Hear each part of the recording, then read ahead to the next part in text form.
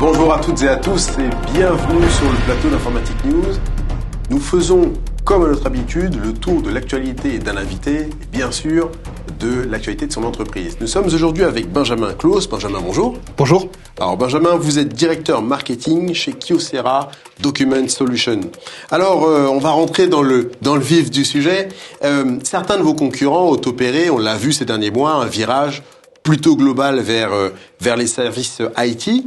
C'est pas forcément votre cas. Comment se positionne votre entité sur le marché aujourd'hui?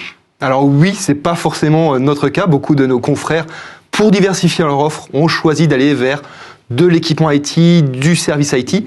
Kyocera, on a décidé de faire un petit pas de côté, ou en tout cas d'être un tout petit peu différent. On a choisi de renforcer au contraire notre présence dans le monde du document. Vous l'avez dit, voilà, on est Kyocera Document Solutions.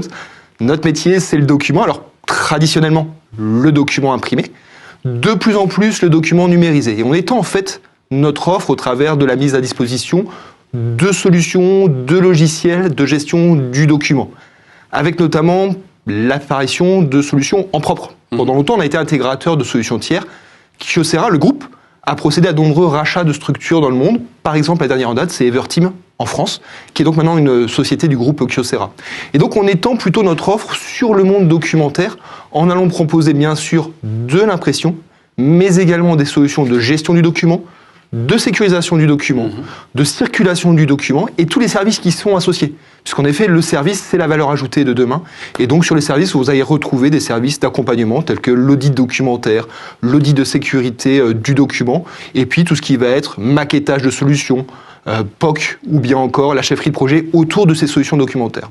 Donc, on reste vraiment sur ce métier qui est le document, que ce soit le document qui rentre, le document qui sort, le document qui circule au sein de l'entreprise, et qu'il soit papier ou électronique. Donc l'idée, c'est vraiment d'être présent sur l'ensemble du cycle de vie de document, vraiment du début jusqu'à son partage, par exemple, vers des partenaires dans notre écosystème, par exemple. C'est vraiment ça. Que ce soit le stockage au sein de l'environnement Kyocera ou le partage de ces documents vers des logiciels tiers, vers de l'archivage à valeur légale.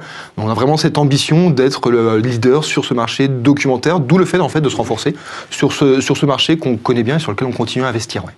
Est-ce que ce renforcement ne va-t-il pas faire de Kyocera Document Solutions un concurrent d'autres acteurs? Je pense notamment à des gens comme DocuSign ou VeriSign qui sont présents dans la signature électronique. Et on sait à quel point cette petite fonctionnalité était vraiment importante pendant le confinement.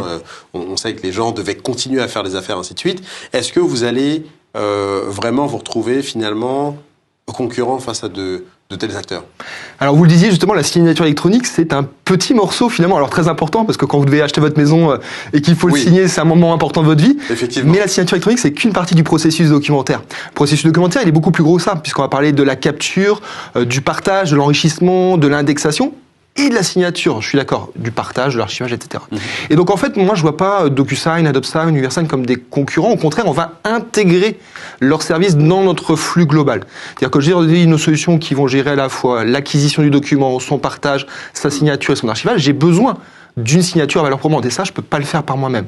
Donc on va, nous, au contraire, s'interfacer avec des solutions. DocuSign, par exemple, est déjà interfacé dans notre solution de gestion des documents dans le cloud, que sera Cloud Information Manager. Donc c'est plutôt des partenaires technologiques. On peut être amené soit à préconiser leurs offres, voire à les référencer directement. Je vois plus comme des partenaires technologiques que comme des concurrents.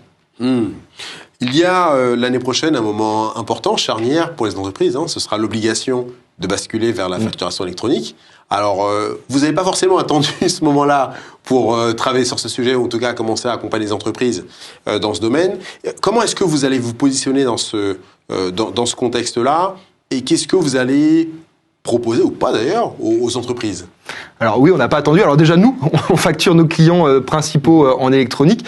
C'est vrai que finalement, c'est pas quelque chose de si récent que ça, puisque avant la facture électronique imposée de privé à privé, on a eu déjà la dématérialisation dans les mairies, ce qu'on appelait le PESV2, protocole d'échange standard, ça nous rajeunit pas.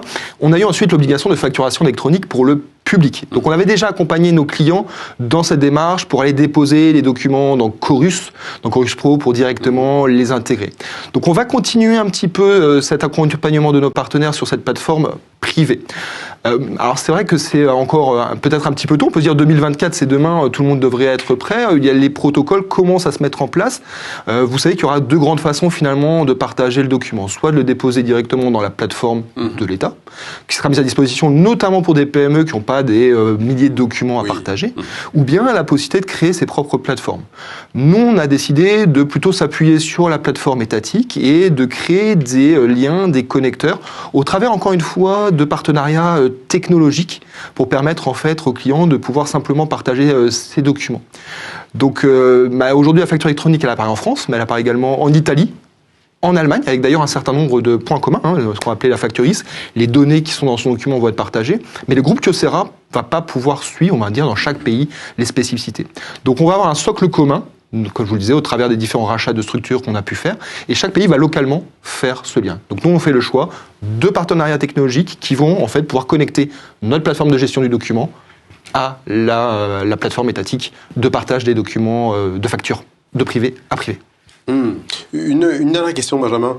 Les entreprises, vous l'avez dit, vont devoir être doublement connectées, je dirais. Elles devront avoir leur logiciel de dématérialisation de la facture, donc ça c'est pour l'interne ou sur le cloud, disons, et puis elles devront être en mesure de se connecter à la plateforme publique. Pareil, vous venez de le dire. Est-ce que vous estimez qu'aujourd'hui les entreprises sont prêtes pour cela, d'autant plus qu'il y a encore une autre brique d'importance qui doit être touchée, c'est le RP, parce qu'on ne peut pas faire une telle transformation sans opérer de changement sur le RP, qui lui-même est en train d'évoluer, donc ça fait quand même beaucoup de transformations. Est-ce que les entreprises sont prêtes et est-ce qu'elles sont également dans une perspective ou une trajectoire de modification de l'ERP pour justement atteindre la cible de dématérialisation de la facture en 2024 ? Alors, aujourd'hui, les échanges qu'on a avec nos clients, que ce soit des PME, des ETI, voire certains grands comptes, m'amènent à vous dire que non. Les clients français sont pas prêts. Je pense pas que ce soit une surprise forcément pour vous, parce que les protocoles sont encore tout récents. On connaît aussi les difficultés d'adoption. Alors maintenant, on sait qu'on parle de 2024, donc on a aussi cette phase de préparation. Aujourd'hui, je vois justement ces grands comptes commencer à mobiliser leur chefferie de projet en interne pour commencer à comprendre la texte de loi. Donc on est vraiment pour moi sur cette première phase de compréhension, d'intellectualisation de la loi et des conséquences. Oui, les grands groupes ont commencé bien sûr à migrer leur ERP, mais c'est loin d'être la majorité. J'ai pas fait d'études de marché, mais j'ai envie de dire comme ça, j'ai peut-être 20% des clients qui sont déjà engagés dans une démarche de changement avec des équipes internes qui travaillent sur le sujet. Et j'ai 80% des clients qui commencent simplement à se poser la question, ne serait-ce qu'à découvrir. Je pense que si vous posez la question à l'ensemble des PME françaises, êtes-vous au courant de cette réglementation ? Je ne suis pas sûr que la connaissance de la réglementation soit déjà commune. Donc, quelque part, c'est court, mais 2024, on va dire c'est demain, mais on a déjà aussi cette expérience de la transformation vers la facture électronique sur le monde du public. Donc, on sait aussi comment accompagner les entreprises, notamment sur cette phase de structuration, et j'ai envie de dire de chef de projet. En fait, je dis souvent à nos utilisateurs, la transition digitale, c'est pas un choix d'outils. C'est une problématique humaine, c'est une question d'organisation. Donc la première des questions à se poser, c'est comment je travaille aujourd'hui, comment je dois travailler demain et comment je peux me transformer. Et pour ça, 1 an, ça va passer vite, mais ça nous laisse quand même un peu de temps pour sensibiliser, éduquer nos différents utilisateurs. Et ce sera le mot de la fin. Merci beaucoup. Merci à vous, c'est un plaisir. Merci à vous de l'avoir suivi et je vous dis à bientôt pour une prochaine interview. Au revoir.